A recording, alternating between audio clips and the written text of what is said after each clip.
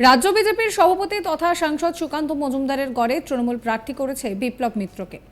আর তাতেই বেশ কিছুটা চাপে পড়েছে বিজেপি। তিনি এখান থেকেই শাসক দলের টিকিটে বিধায়ক হয়ে বর্তমানে রাজ্যের গুরুত্বপূর্ণ মন্ত্রীর দায়িত্ব সামলাচ্ছেন। রবিবার তৃণমূলের ব্রিগেড জনসভা থেকে ঘোষণা করা হলো লোকসভা নির্বাচনে 2024-এ 42টি আসনের প্রার্থিত্বের নাম। এই বছর যেমন কিছু নতুন নামের ঘোষণা করা হয়েছে, তেমনি পুরনোদের এই বছর নির্বাচনে প্রার্থী তালিকা থেকে বাদও দেওয়া হয়েছে। রবিবার বালুরঘাটের প্রার্থী হিসেবে তৃণমূল টিকিট দিয়েছে রাজ্যের বর্তমান মন্ত্রী বিপ্লব মিত্রকে। অন্যদিকে শনিবার সন্ধ্যায় বঙ্গ বিজেপি 20 আসনে প্রার্থী তালিকা ঘোষণা করা হয়। বালুরঘাট লোকসভা আসনে বিজেপি প্রার্থী করেছে ফের একবার সুকান্ত মজুমদারকে। শনিবার সন্ধ্যাবেলা দিল্লিতে সাংবাদিক বৈঠক করে সুকান্ত মজুমদারের নাম ঘোষণা করতেই বালুরঘাটের বিজেপির জেলা কার্যালয়ে কার্যত উৎসব শুরু হয়ে যায়। মানে একেবারে অকাল দীপাবলিতে মাতেন বিজেপির কর্মী সমর্থকরা। বালুরঘাটের বিজেপির জেলা কার্যালয় সংলগ্ন কোর্ট মোড় এলাকায় সুকান্ত মজুমদারের ছবি হাতে নিয়ে আনন্দে মাতেন বিজেপি কর্মীরা। তার মধ্যে রাজ্যের মন্ত্রী বিপ্লব মিত্র তাঁর প্রতিপক্ষ হয়ে দাঁড়িয়েছেন এবং এই করেই কিন্তু পাল্টা চাল তৃণমূল কংগ্রেসের।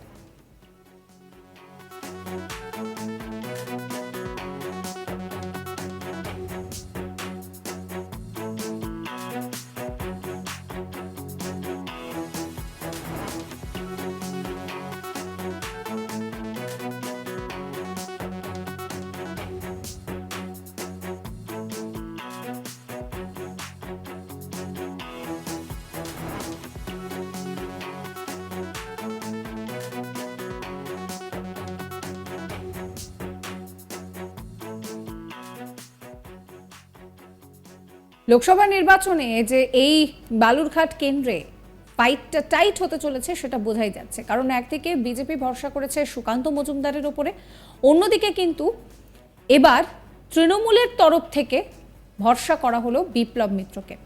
আর তাতে করেই কিন্তু বেশ চাপে পড়েছে বিজেপি।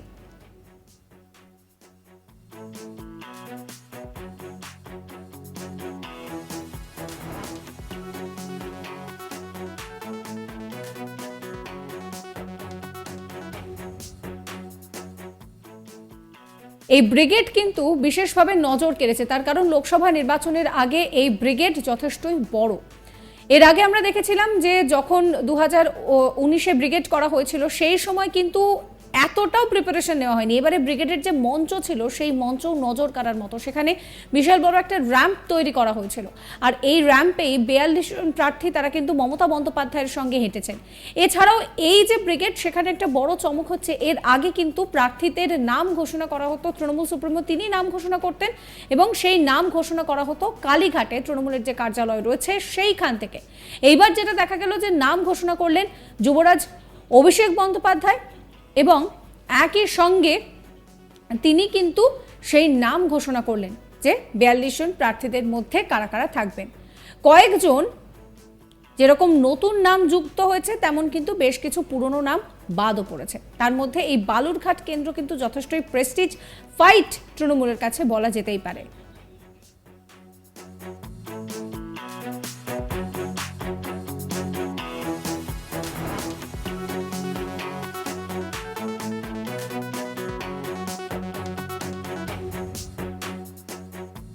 রাজ্য বিজেপির সভাপতি তথা সাংসদ সুকান্ত মজুমদারের গড়ে তৃণমূল প্রার্থী করেছে বিপ্লব মিত্রকে। আর তাতেই বেশ কিছুটা চাপে পড়ল বিজেপি। তিনি এখান থেকে শাসক দলের টিকিটে বিধায়ক হয়ে বর্তমানে রাজ্যের গুরুত্বপূর্ণ মন্ত্রীর দায়িত্ব সামলাচ্ছেন। রবিবার তৃণমূলের ব্রিগেডের জনসভা থেকে ঘোষণা করা হয় লোকসভা নির্বাচনে 2022-এর 42 আসনের প্রার্থীদের নাম। এই বছর যেমন বেশ কিছু নতুন নাম ঘোষণা করা হয়েছে, তেমনই কিন্তু বেশ কিছু পুরনোদের নামও বাদ পড়েছে। রবিবার বালুরঘাটের প্রার্থী হিসেবে তৃণমূল টিকিট দিয়েছে রাজ্যের বর্তমান মন্ত্রী বিপ্লব মিত্রকে। অন্যদিকে শনিবার সন্ধ্যায় বঙ্গ বিজেপির 20 আসনে প্রার্থী তালিকা ঘোষণা করেছে।